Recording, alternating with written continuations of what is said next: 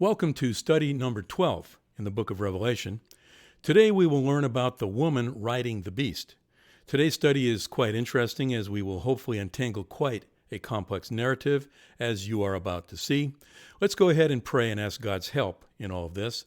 Father, as we come to this very interesting portion of your scripture, please open up our eyes to understand it. Help our minds to have enough memory going, have enough insight going, have enough whatever it takes, I guess, going to just study your word and to have it take root in our heart. We ask this in Jesus' name. Amen. So we said we're going to be learning about this woman who rides the beast. And we have prayed and we're going to go ahead and read this material. I'm going to go ahead and start by reading all 18 verses, and you'll see why, just to give us kind of a backdrop to where we're going. My Bible that I use has this title. It says, The Great Prostitute and the Beast. And here's how it reads. And it said, And there came one of the seven angels, which had the seven vials or bowls, and talked with me, saying unto me, Come hither, I will show unto thee the judgment of the great whore that sitteth upon many waters, with whom the kings of the earth have committed fornication, and the inhabitants of the earth have been made drunk with the wine of her fornication. So he carried me away in the spirit into the wilderness, and I saw a woman sit upon a scarlet-colored beast, full of names of blasphemy, having 7 heads and 10 horns.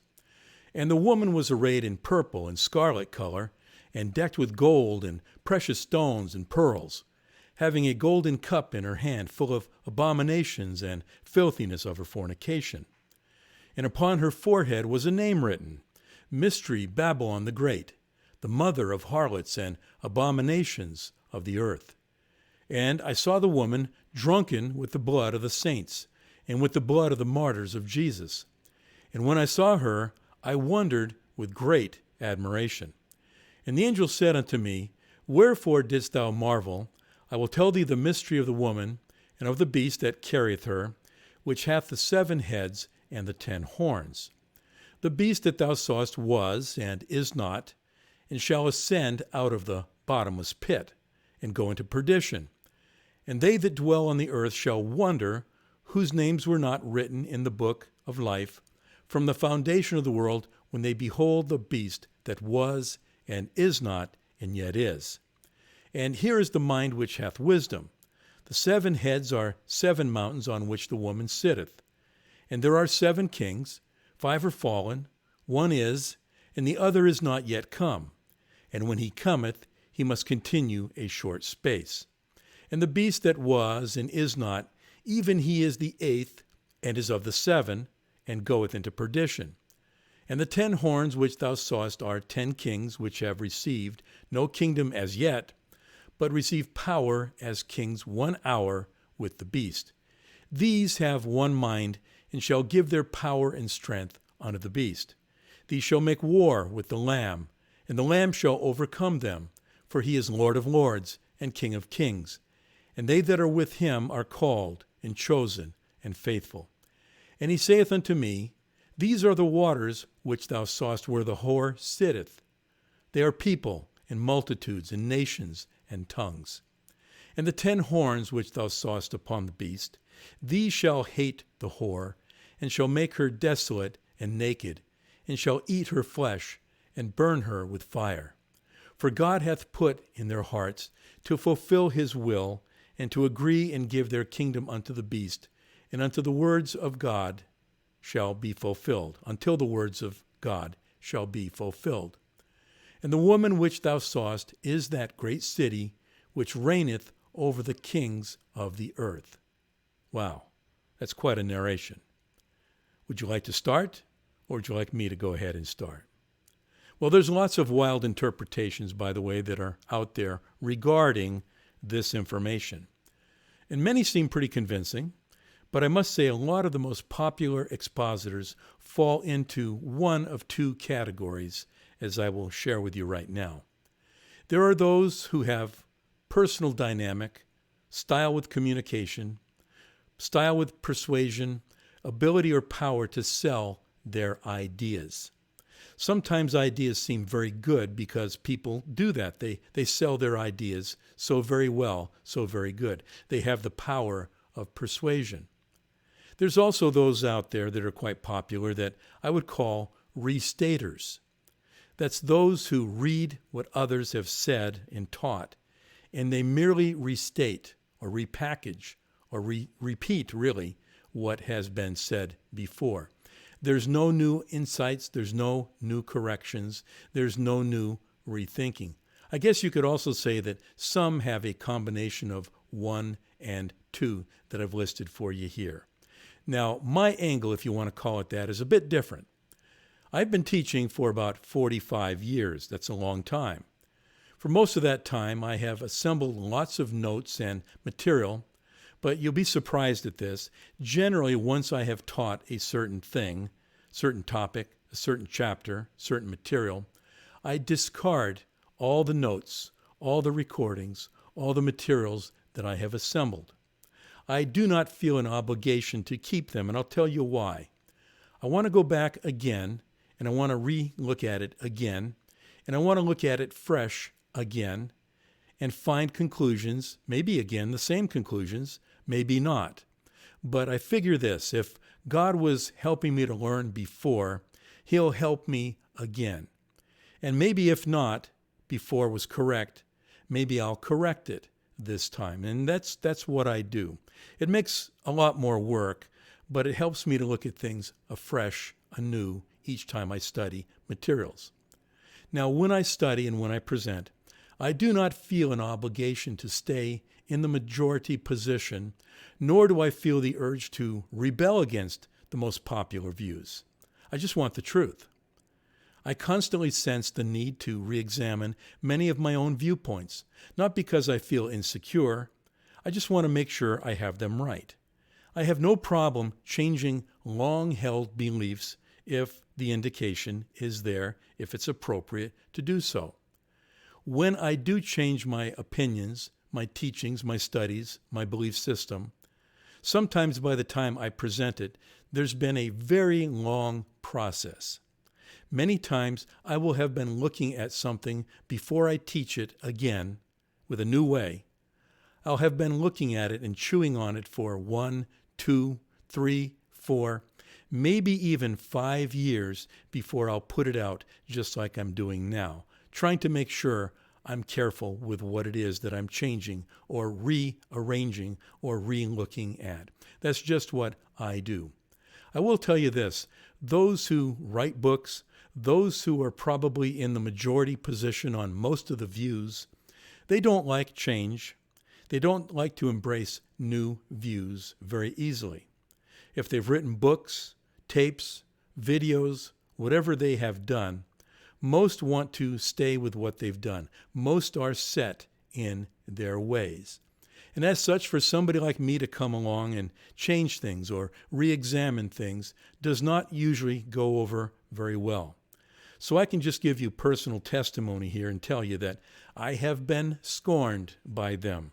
I have been ridiculed by them. I have been disfellowshipped by them for honestly daring to question certain ideas, customs, and traditions. That's just how it plays out. I do not attempt to influence you by shouting, by overdriving some kind of a convincing presentation. I will not be pounding my fist, nor stimulating you with exciting conjectures from the news of the day. Here's my goal. It's really kind of simple. My goal is to persuade you with reason. I teach, you think, then you come to your own conclusions. That's what my prayer is. Now, some fundamentals that we're going to look at here that are helpful to studying chapter 17. Satan is the god of this world. Make no mistake about it. Satan has successfully, so to speak, set up a corrupt world system. Satan's corrupt world system has been functioning for a long time, and it remains mostly the same despite the passage of a long period of time. The end-time version of Satan's plan is going to be best understood by seeing what he has already done in the past. So we can study the past and find out what the future will look like. His goals have been much the same the whole journey, and they will remain that way in the future. He wants to be worshiped. He wants to have control. He wants to have power. He wants to have his own worshipers and followers. He is one who resists God. His resistance focuses on substitution for the true worship of God. His resistance is to introduce a false system of worship with idolatry.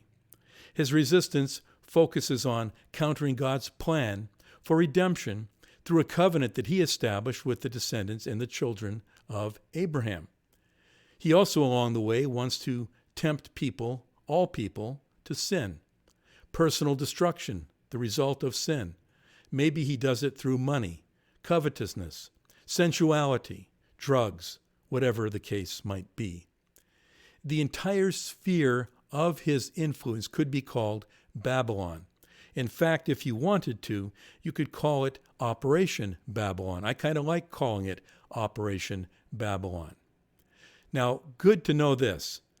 God has not given him absolute power nor free rein. God has always had limits, and God has always provided protection for those that are his, despite what Satan is doing. Now, Satan's focus has always been on Israel, though he focuses on any believer, but he's had a keen focus on Israel. It is essential to Satan's plan of resisting God to deal with and destroy Israel. And he wants to outright destroy them. He wants to entice them, by the way, and has enticed them to sin. And his thought there is, if he can entice them to sin, they would then fall into judgment by God, because the children of Israel have been given blessings and curses by God, part of his plan and program with Israel. If they do well, blessings, but if they do poorly, curses. So Satan knows that. So if he can get Israel to sin up a storm, they get cursed. So he's really tried to do that throughout history, but destroy them whatever way that he can.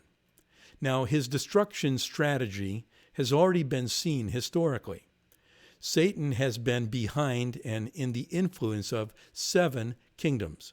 7 mighty kingdoms have been deployed by Satan to destroy Israel. They are, you might want to write these down if you haven't already. They are Egypt, Assyria, Babylon, Medo-Persia, Greece, and Rome. If you want to put dates on these things, you could give a date for Egypt around 1600 BC. Assyria, use a number 700 BC. The kingdom of Babylon, not the Babylon system, but the kingdom of Babylon, about 600 BC. Medo-Persia, use 400 BC, all round numbers. Each of these kingdoms lasted many, many years. For Greece, think in terms of about 300 BC with Alexander the Great, around 300 BC. For Rome, you could look at dates of actually kind of a range here. Most scholars give a range of Rome existing from 27 BC to 478 AD. And of course, Rome never really was defeated as were these other kingdoms. Rome kind of melted away. But here's the deal, of course, Rome didn't really end in 476 AD. They kind of melted away, but here's the deal. Rome will rise again in the future in the end time scenario.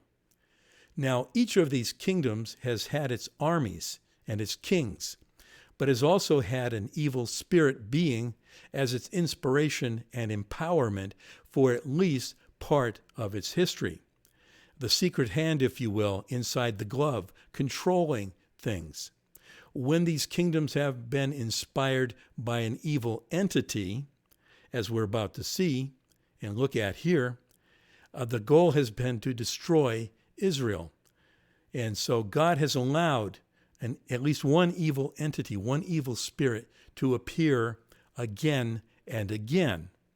This evil spirit entity has largely been incarcerated during the history of these nations, but is allowed to come forth to operate in a series of kingdoms over and over again. You kind of have to understand how that works. This evil spirit is named Abaddon. And currently, for instance, right now, he is locked up in the abyss, in the bottomless pit. But in the future, God will send an angel with a key that unlocks that bottomless pit. And he will be released again in the revived Roman Empire. We read in verse 11 of chapter 9 something about this individual called Abaddon. He is released in the end time along with these creatures called locusts. And it said, and they, the locust, had a king over them, which is the angel of the bottomless pit, whose name in the Hebrew tongue is Abaddon, but in the Greek tongue hath his name Apollyon. So he's going to be released in the end time with the same purpose and goal that he's always had, and that is to destroy Israel. The end time will be his last hurrah. When he moves upon revived Rome, it's his last chance. So we're going to see him doing exactly that. We're going to see him specifically mentioned and viewed in verse 8. But let's now go ahead and get to our text again by reading verses 1 and 2.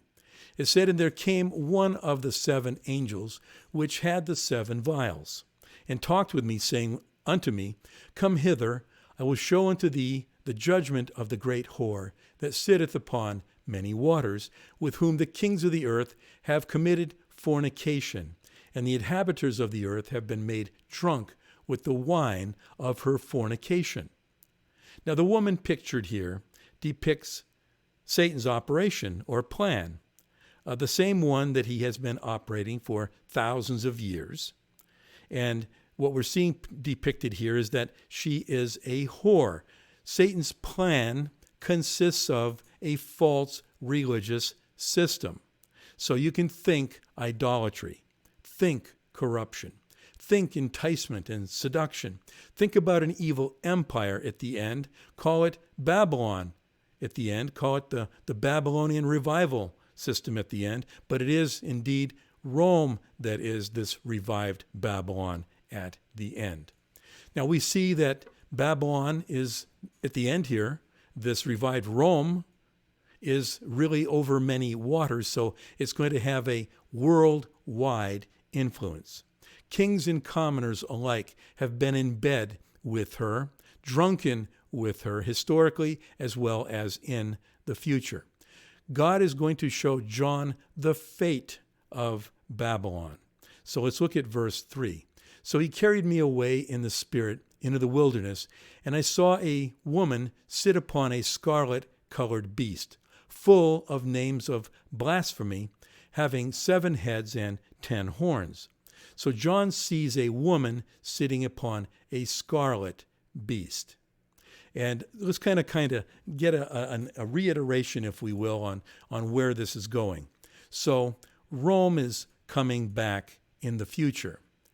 At a certain point in time in the future, revived Rome will have its inspiration from Abaddon, who will be released out of the bottomless pit.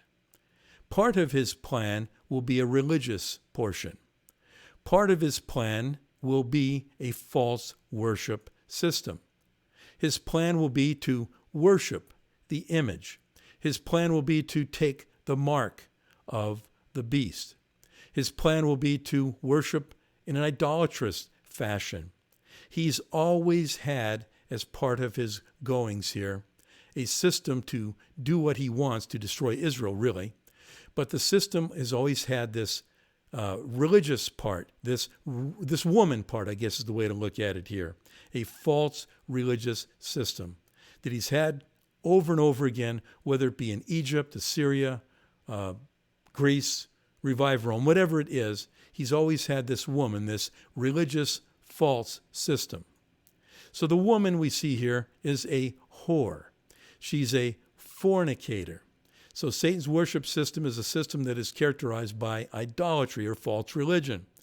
The religion of Babylon, you recall, the original start of this whole thing was a religion of idols, a religion that had in it the worship of sun and moon and stars, a system that had Nimrod and Tammuz and Semiramis. Think the forms of worship with its rituals and sacred objects, its practices, its fertility worship, its immorality as a form of worship, its worship of a female deity. You can also even add in there the Greek gods. It's had many, many different looks to it, but it's really all the same thing. Kingdoms come forth. Abaddon comes forth. He uses the kingdom to destroy or try to destroy Israel over and over again. Part and parcel of each of those kingdoms has been a false worship system, here depicted as a woman riding a beast. I want to also point out something kind of interesting here, I hope you'll find interesting, and that is that many have seen as they study this woman, this false religious system depicted here, they've looked at the symbols of Babylonian worship, this false religious system, and they've said, hey, you can find all of these things very evidently, very obviously in the Roman Catholic Church. All the reformers, whether it be Martin Luther or John Zwingli or Calvin, they've all looked at the Roman Catholic Church.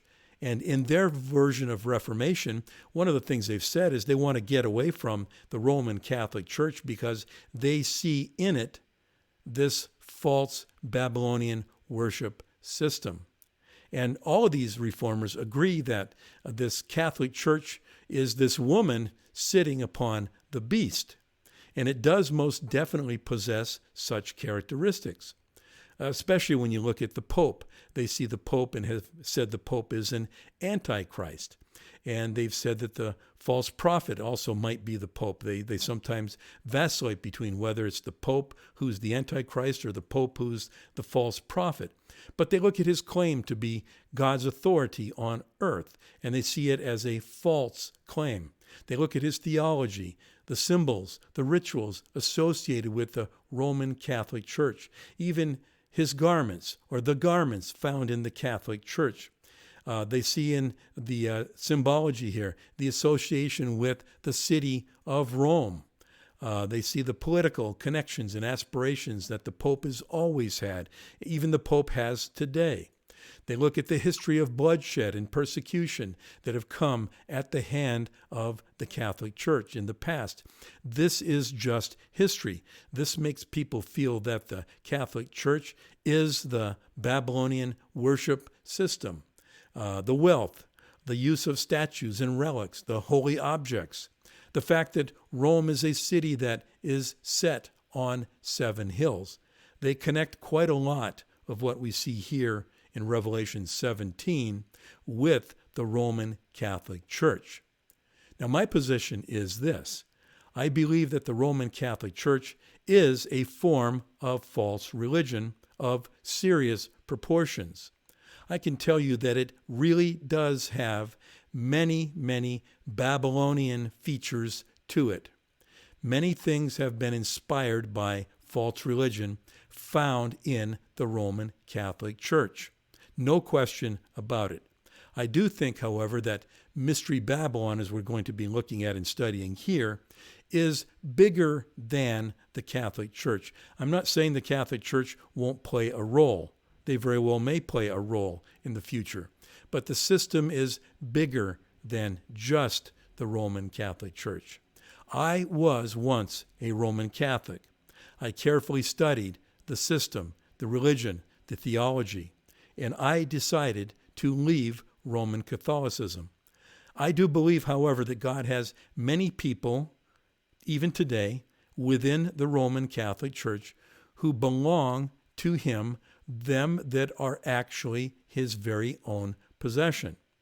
I do lean in the direction that they should study, they should learn, and they should leave Roman Catholicism.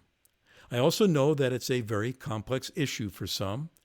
And furthermore, Many of the things that are existing today they could ask the question, why would I leave Rome for that? Because they still find wrong notions, wrong doctrine, maybe even some of the things that were in Roman Catholicism, never corrected in many denominations. I do understand all of that. So if you were to study and leave, where do you land when you go? It's a serious consideration. Nonetheless, I have left. I believe that others should do the same. Now, another thought to add, other than Roman Catholicism with its false doctrines and other false things, there are many other religions that are false and that are really very wrong in the sight of biblical understanding. Islam, Hinduism, Shintoism, Christian cults such as Mormonism, Jehovah's Witnesses. There are several versions of Judaism that are quite false. You could, of course, find native Indian worship systems that are false. You could, of course, look and find Satanism existing in the world today, neo-paganism, modern Wicca, on and on it goes. The woman of false religion, which has been around a long time, still is around. She has many different looks. As it tells us in the scripture, the woman, false religion, the harlot, the woman, has many daughters. So it's not an easy thing to find a place to land where you're safe. And this woman that we're looking at here, though, she is described as a woman riding a beast with 7 heads and 10 horns. I believe it is bigger, but let's go ahead and continue our discussion. Bigger than Roman Catholicism and so forth. Now, Satan's program has been characterized by 7 mighty kingdoms. Again, they are Egypt, Assyria, Babylon, Medo-Persia, Greece, Rome, and a still future Rome. Each has had false worship depicted by a woman here riding a beast. Each has had idolatry as an important part of their existence. The reason being is that religion is a uniting, universal principle. People need to believe in something. And Satan likes that and uses that. Satan likes religion. So getting back to this woman that John is given to in vision, she is scarlet in color. She's a false religious system that has had much bloodshed of God's people associated with it.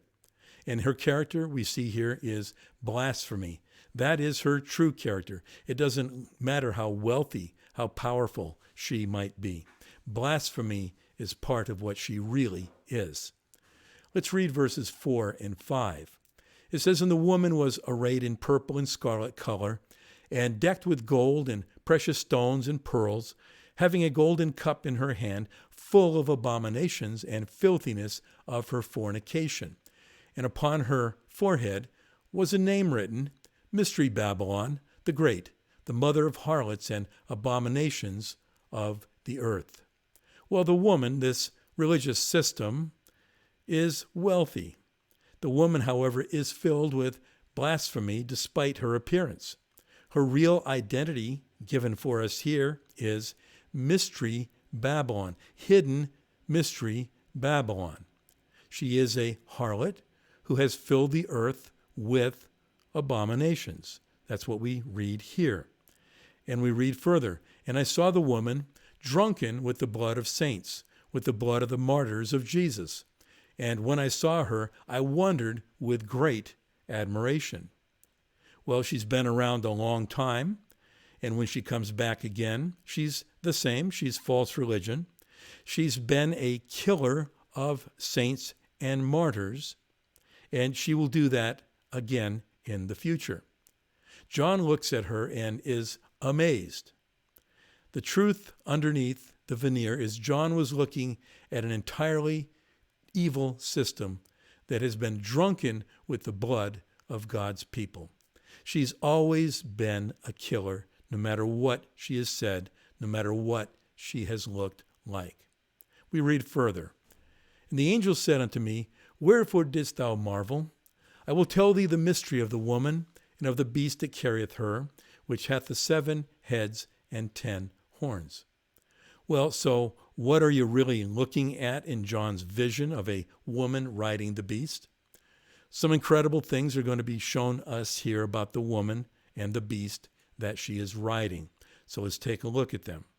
We read next, it says, "The beast that thou sawest was and is not, and shall ascend out of the bottomless pit, and go into perdition. And they that dwell on the earth shall wonder, whose names were not written in the book of life from the foundation of the world, when they behold the beast that was and is not, and yet is." Was and is not, but will ascend out of the bottomless pit. So if you would again, please recall the succession of kingdoms used in Satan's scheme to defeat God's plan. They were once again Egypt, Assyria, Babylon, Medo-Persia, Greece, Rome, and Rome again. And also recall that they were literal kingdoms with armies, kings, and citizens. Each of these kingdoms featured false religion of idolatry and sensuality, complete with its rituals and practices. Each of these kingdoms was empowered for part of its history, empowered, and inspired by an evil spirit entity that came up out of the earth, or the abyss. Each of these kingdoms sought at one point of time to destroy Israel, and they attempted to do exactly that, not through their whole history necessarily, but through a portion of time. So I want you to picture Abaddon coming forth, then being apprehended and locked up in the abyss again, only to be released and locked up again and again and again for each of these kingdoms. And each time he came forth, he inspired false religion, the woman, of course, depicted here, false religion on a religious system, but false religion on a political kingdom. And each time he's been there, he's done the same, and then been locked up, come out again, did the same, gets locked up. Let's read verse 8 again. It says, "And the beast that thou sawest was and is not, and shall ascend out of the bottomless pit, and go into perdition. And they that dwell on the earth shall wonder, whose names were not written in the book of life from the foundation of the world, when they behold the beast that was and is not, and yet is." Well, John was living in a time of the Roman Empire in which Abaddon was locked up. Abaddon was described to John as was, as in previously was out of the pit, but now back in the pit. John is told that in the future, Abaddon will ascend out of the pit again. He will inspire the revived Roman Empire. He will inspire and then possess the Antichrist at one point, inhabit the beast or the Antichrist at one point. And when he does that, the world will wonder after the beast. They will worship the image of the Antichrist. They will take the mark of the beast. That is, all those whose names are not in the book of life from the foundation of the earth. Now, who is in that book? We need to take a peek at that again. Answer is all those who are in Adam. That's all those who are now under the curse of death because of sin and the death sentence inherited from Adam. But the same all are in Christ. They are redeemed. They are rescued. They will be resurrected and never die again. They are in the book of life. Well, who's not in the book of life? That is, those who are the seed of Satan, those who are called the tares in Matthew chapter 13. They are not redeemed. They never had their names in the book of life. Well, how is it that the beast described was and is not and yet is? Well, from John's time in Revelation, we see him writing this. His time was approximately 95 AD. During that time, the beast, he was, he is not, and yet he is. In other words, he was because he was out on the planet in the past. In John's day, he currently was bound in the pit, so he is not. And yet, described as he is, well, he still does exist, and he will emerge in the future. So kind of a riddle, if you will. He was, he is not, and yet is. So that describes the situation with Abaddon, this creature that is currently locked up in the pit. We read next, it says, "And here is the mind which hath wisdom. The 7 heads are 7 mountains on which the woman sitteth." The mountains refer to kingdoms. The woman which speaks of false religion has been an integral part of all 7 evil empires that we've listed in Satan's plan. False religion has been a part of it. Now, when Rome returns in the end times, she will play the same role as she played before. And there will be false worship and idolatry. There will be the binding of the hearts and the minds of the people, and a destroyer of the Hebrew people will be present just like in the past. It says here, "And there are 7 kings, 5 are fallen, and 1 is, and the other is not yet come, and when he cometh, he must continue a short space." Somewhat of a riddle, but let's go ahead and unlock the riddle. Now, from John's perspective in 95 AD, we have this, again to repeat: Egypt, Assyria, Babylon, Medo, Persia, Greece. That's 5. Those in John's day were past. Described here as are fallen. They are past history. John was living in a time of the Roman Empire. So 1 is. That makes 6. And then, of course, the Roman Empire will come back in the future for a short duration. That will make 7. So it kind of unlocks what was said to us there. So if you want to look at it again, there are 7 kings, 5 are fallen, 1 is, the other is not yet come, and when he cometh, he must continue a short space. That works out when you consider the scenario that we have looked at.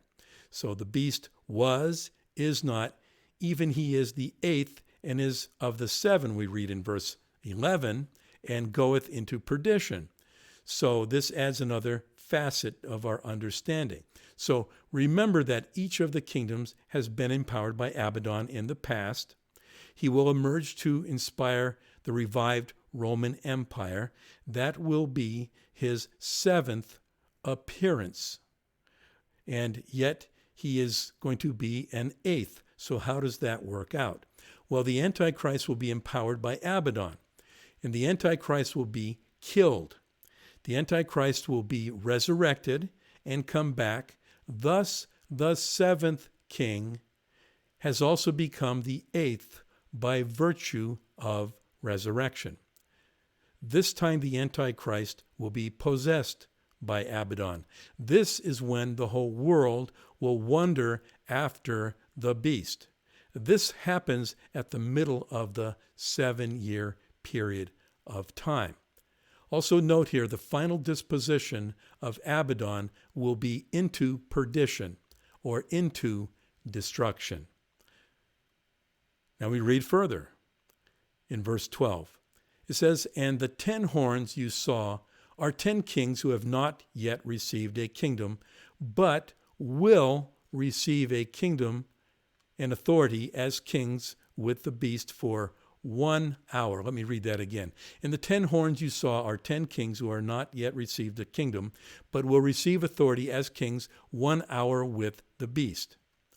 Now, 10 horns are 10 kings. Here's how it works. The final version in the end times of the revived Roman Empire will consist of 10 kings and kingdoms. The Antichrist himself will arise out of those 10 kingdoms. We're told in other scripture that he's going to displace 3 of those 10. Now, this time of the Antichrist, this time of Abaddon and these kingdoms, the time of the revived Roman Empire, described for us here as 1 hour. In other words, it will be a very short time. We read further in verse 13, these 10 kings of the revived Roman Empire, these have one mind, and their power and authority shall be given to the beast. The 10 will work together to support the beast, and a confederacy of sorts will be the case. Daniel the prophet speaks more of this in the book of Daniel, of which we're not going to cover here. Now we read further. These will make war, verse 14. These will make war with the Lamb, and the Lamb will overcome them, because he is Lord of lords and King of kings. And the ones with him are called elect and faithful ones. So their goal is war with the Lamb. But the Lamb will defeat them. That's what we're told here. We read further, verse 15.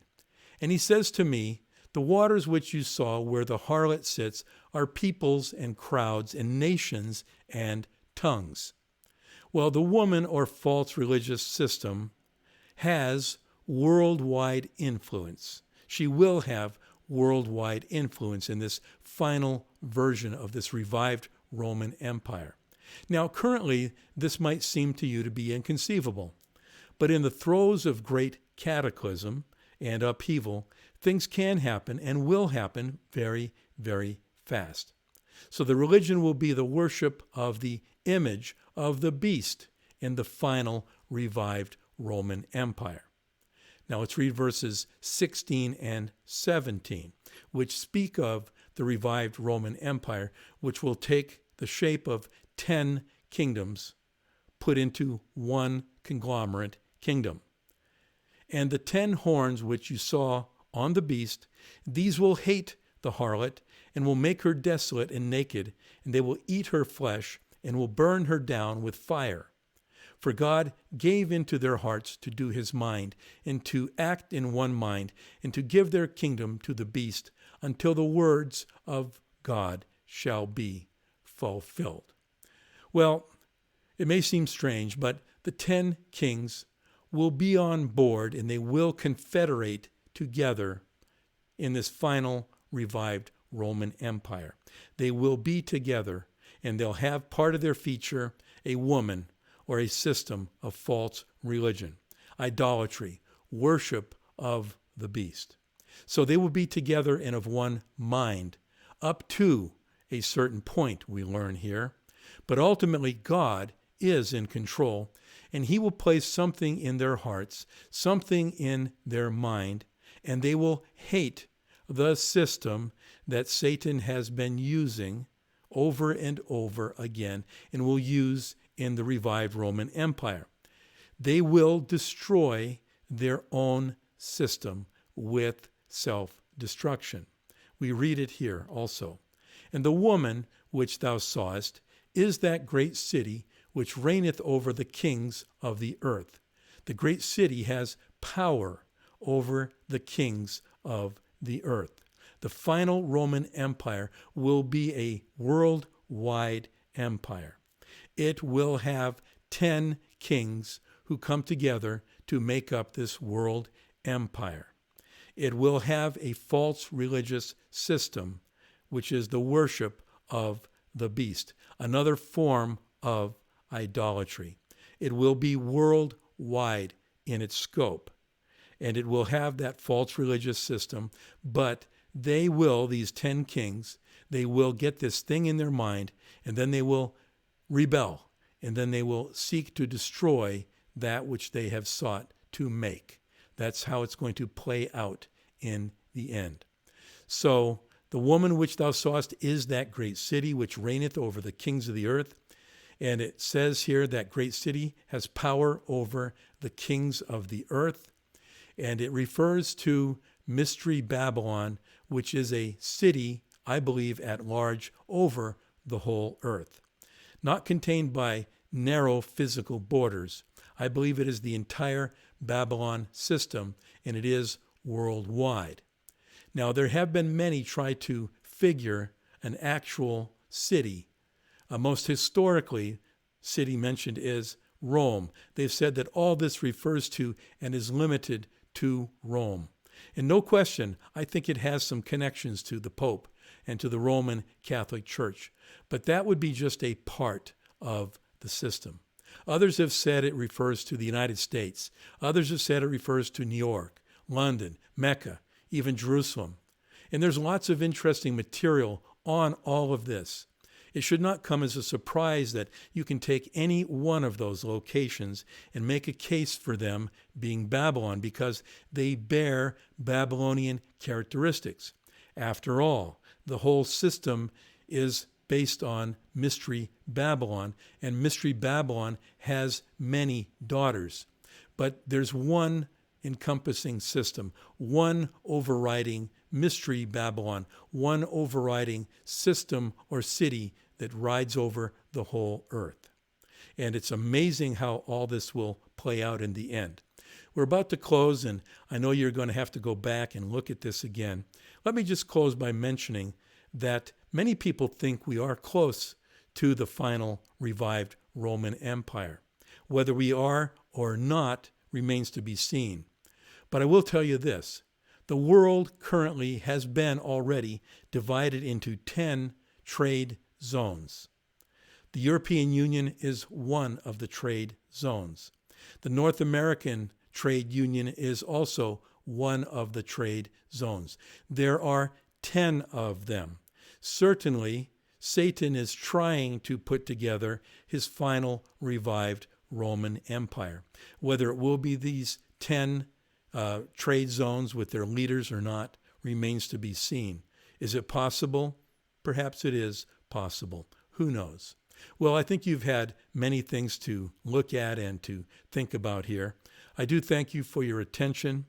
I would suggest you rewind and replay and maybe even take some notes to keep track of all this. I would also ask you to pray for this study. I want to tell you that it never comes easy. The enemy opposes being exposed. Each one of these studies comes to you amidst great difficulty in the background. Well, till next time, may God bless you mightily as we continue to study God's words.